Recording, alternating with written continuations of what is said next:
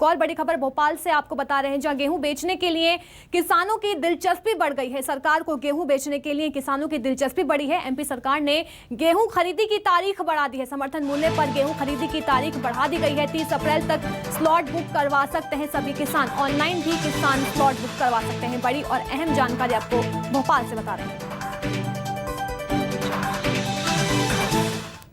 मेरी सहयोगी अमृतांशी हमारे साथ लगातार बनी हुई है। अमृतांशी, गेहूं बेचने के लिए अब किसानों की दिलचस्पी बढ़ाई देखी जा रही है। जिस तरह से सरकार ने अब गेहूं खरीदी की तारीख आगे बढ़ा दी है।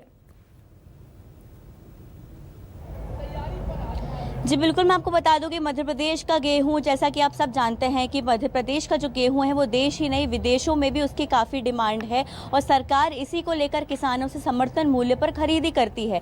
और अब किसान भी कहीं ना कहीं सरकार को गेहूं बेचने में दिलचस्पी दिखा रहे हैं, क्योंकि मंडियों में गेहूं के जो भाव हैं वो फिलहाल गिर गए हैं। किसानों के पास जो है वो ढंग का भाव नहीं आ पा रहा है, ढंग से उनकी बिक्री नहीं हो पा रही है, क्योंकि रेट लगातार मंडियों में गिरते जा रहे हैं। तो एक बार फिर जो किसान हैं वो सरकार को समर्थन मूल्य पर गेहूं बेचने की तरफ बढ़ रहे हैं।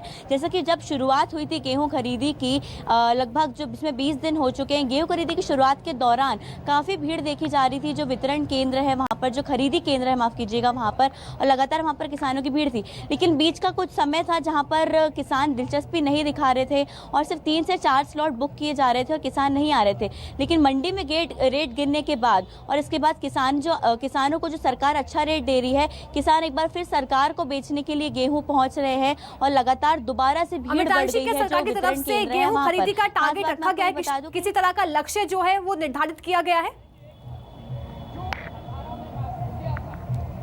जी बिल्कुल, मैं आपको बता दूं कि एक टारगेट रखा गया है और टारगेट जो है वो पिछले साल से डबल है और अभी तक राजधानी भोपाल में 11 लाख से भी ज़्यादा मीट्रिक टन की गेहूं खरीदी हो चुकी है। यानी कि 40% टारगेट भोपाल संभाग में ही पूरा हो चुका है।